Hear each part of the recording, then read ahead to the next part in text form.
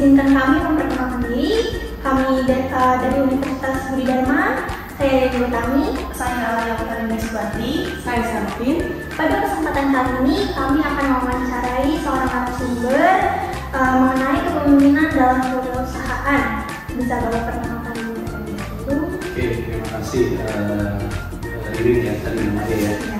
Ya, perkenalkan nama saya Rudi. Saya bekerja sebagai Business Development di PT Gunarta Sejati, berlokasi di Tangerang. PT Gunarta Sejati itu bergerak di bidang apa? PT Gunarta Sejati ini kami bergerak di bidang distribusi atau sebagai distributor produk-produk ME, Mechanical and Electrical, misalnya untuk kebutuhan project, baik skopnya untuk fire protection misalnya, atau plumbing maupun HVAC gitu.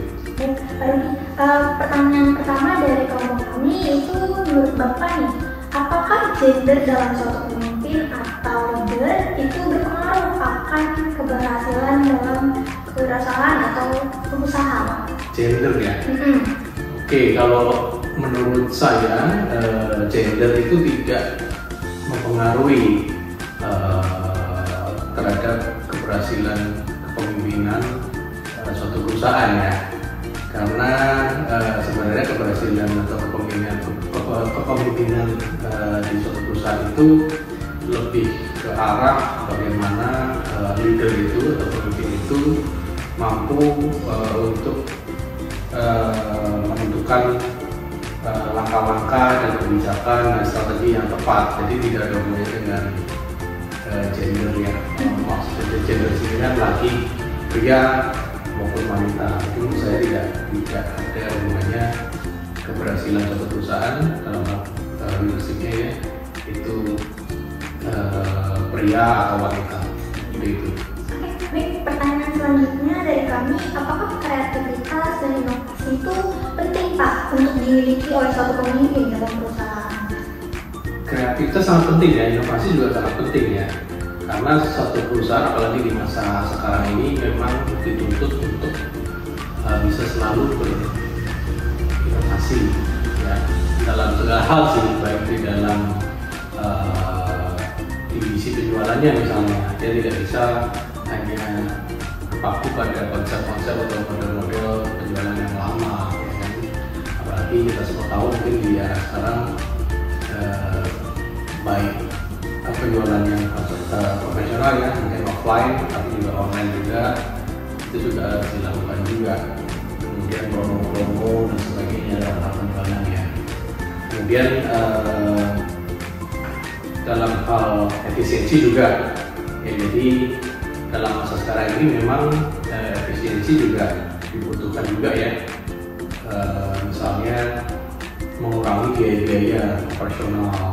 Biaya operasional macam-macam, ada biaya penjualan, ya kan, biaya operasional sehari-hari dan sebagainya. Itu juga termasuk salah satu inovasi yang harus diinisiasi oleh seorang pemimpin seperti itu ya. Kemudian juga dalam hal tim, jadi kreativitas dan inovasi juga suatu pemimpin itu juga harus bisa sampai menambah ke bagaimana cara dia menginspirasi dan memotivasi timnya. Timnya macam-macam ya, bisa tim penjualan, tim accounting, ya kan, tim finance juga. Jadi semua tim yang ada di dalam suatu perusahaan harus mampu dia motivasi gitu. Ya, seperti itu sih. Oke, pertanyaannya, tindakan apa yang dilakukan oleh seorang wirausaha ketika usahanya mengalami kerugian? Waduh, kalau bisa jangan rugi sih. Ya tapi gini, sebenarnya kalau dalam kondisi suatu usaha mengalami kerugian, seorang pemimpin itu harus mampu dia menganalisa terlebih dahulu ya. Menganalisa misalnya mengevaluasi kinerja perusahaan seperti apa, ya kan? Apa yang membuat suatu perusahaan itu menjadi mengalami kerugian, ya kan? Karena macam-macam penyebabnya. Bisa saja karena volume penjualannya yang drop misalnya ya kan dibandingkan tahun sebelumnya. Bisa juga karena tiba-tiba biayanya melonjak sehingga margin yang sudah ditetapkan tidak mampu mengcover biaya-biaya yang timbul ya kan. Bisa saja seperti itu terjadi, bisa saja ya. Kemudian ada juga mungkin pengeluaran yang tidak terduga ya, yang tadinya mungkin di tahun sebelumnya tidak ada tapi tiba-tiba bisa muncul, itu bisa terjadi juga. Dan kemudian ya tadi penjualan dan pemasarannya juga mesti dievaluasi juga. Misalnya tadinya salesnya jumlahnya berapa orang gitu ya, 10 orang, tiba-tiba di tahun ini berkurang nih jumlah tim salesnya, yang mungkin karena ada yang resign, ada yang keluar, ada yang macam-macam lah alasannya. Itu juga kalau tidak segera dicarikan solusinya, tentu saja bisa berpengaruh kepada angka penjualan ya kan, sehingga bisa menyebabkan kerugian juga. Selain tadi biaya yang muncul yang tidak terduga dan sebagainya yang melonjak dan sebagainya, seperti itu ya dari saya. Pertanyaan selanjutnya, bagaimana perencanaan seorang wirausaha untuk meningkatkan pendapatan di tahun berikutnya? Meningkatkan pendapatan tahun berikutnya, kalau menurut saya suatu perusahaan memang wajib untuk melakukan misalnya salah satu upaya yang dilakukan adalah diversifikasi pendapatan, misalnya cari sumber pendapatan dengan produk-produk yang secara berbeda daripada yang umumnya, seperti yang saya jelaskan tadi. Mungkin selama ini penjualannya hanya mengandalkan sales kanvasing atau penjualan secara model tradisional lah ya, door-to-door. Mungkin perlu dilakukan model penjualan secara online. Bahkan sebenarnya banyak sekali perusahaan yang sekarang melakukan penjualan secara online dan cukup mendongkrak angka penjualannya, karena memang zaman sudah berubah menurut saya ya. Kita pun sekarang kan kalau mau beli apapun kadang-kadang cuma modalnya handphone saja, kemudian pergi ke marketplace cari barang yang kita inginkan, dan kemudian transaksi terjadi seperti itu. Ya mungkin itu salah satu yang memang harus dipikirkan oleh perusahaannya untuk meningkatkan penjualan di era sekarang ini. Begitu. Kemudian juga kita perlu mengembangkan tim misalnya ya. Timnya mungkin sumber daya manusianya jumlahnya tadinya mungkin 10 orang ya kan, mungkin kita harus kembangkan menjadi mungkin 15, ini contoh saja ya, tapi tetap harus terukur, dalam artian jangan asal nambah, tapi harus terukur juga, targetnya mesti jelas dan sebagainya ya. Kemudian kita juga harus seleksi dalam perekrutan karyawan yang sesuai dengan model perusahaan, model bisnis perusahaan yang mau dijalankan ke depannya seperti apa ya. Kadang-kadang bisa saja HRD kita salah tuh dalam seleksi atau merekrut sumber daya yang tepat ya, seperti itu. Kemudian juga bisa juga diadakan program lah, program yang sifatnya bisa memotivasi sehingga kinerja masing-masing karyawan di bidangnya masing-masing bisa memberikan kontribusi yang positif bagi perusahaan, seperti itu. Itu semua mendongkrak pendapatan juga sih. Selanjutnya ada pertanyaan dari kami Pak. Ya. Yang pertama, bagaimana cara membangun hubungan baik antar pegawai?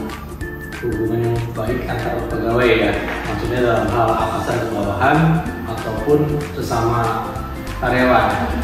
Oke, kalau pertanyaan itu, kalau menurut saya ini saya bicara sebagai pemimpin dulu ya. kalau suatu pemimpin itu dia harus mampu membuat komunikasi yang baik dan terbuka. Ya, jadi terbuka saja terhadap sebagai atasan terhadap bawahan, misalnya nih jujur dan terbuka ya. Kemudian membuat saluran komunikasi yang mudah diakses, baik formal maupun informal. Kemudian kita juga mesti ciptakan lingkungan kerja yang baik dan positif.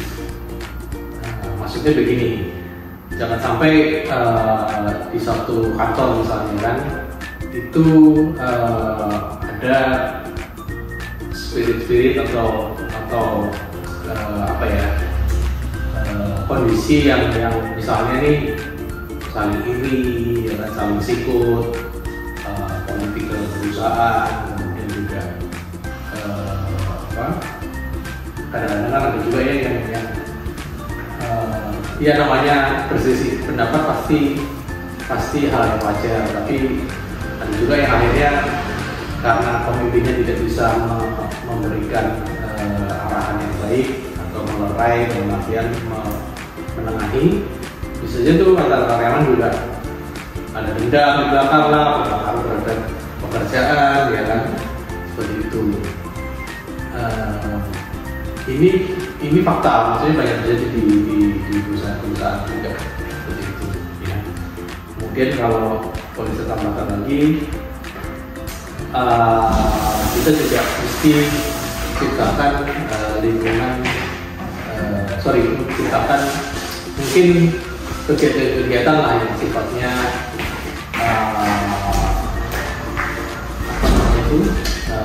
kesatuan lah, tim gitu ya.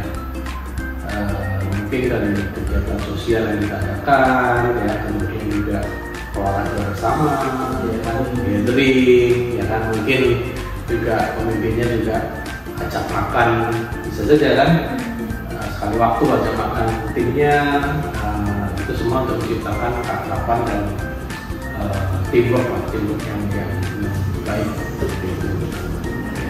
Itu secara nggak sadar, itu secara emosional dia menciptakan ya ikatan dan hubungan yang positif sih. Ada yang lainnya? Untuk yang masuk dari Bapak, bagaimana cara mengatasi atau mengambil keputusan jika pegawai terdapat masalah? Waduh, jika terdapat masalah. Oke, ya masalahnya apa dulu, kita mesti identifikasi.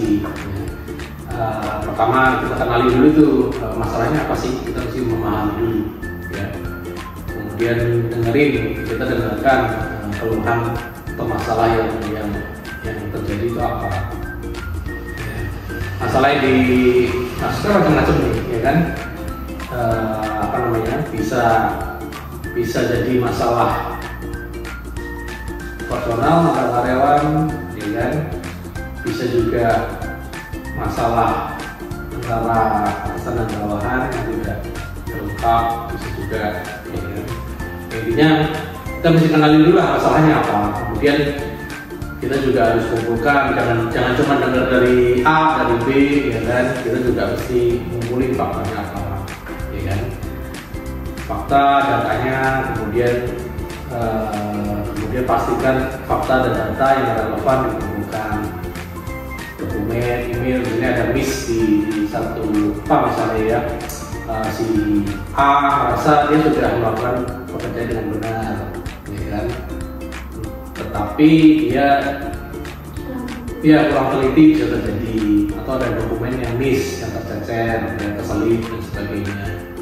Itu semua jadi sumber masalah yang akhirnya bisa meledak sih kalau sudah dicari ya solusinya. Yang penting akar masalahnya apa, kumpulin faktanya, data-data, email sama pendukung yang kira-kira bisa merunut itu mencari tahu lah akar masalahnya apa itu. Jadi seorang pemimpin juga harus mampu melakukan itu ya.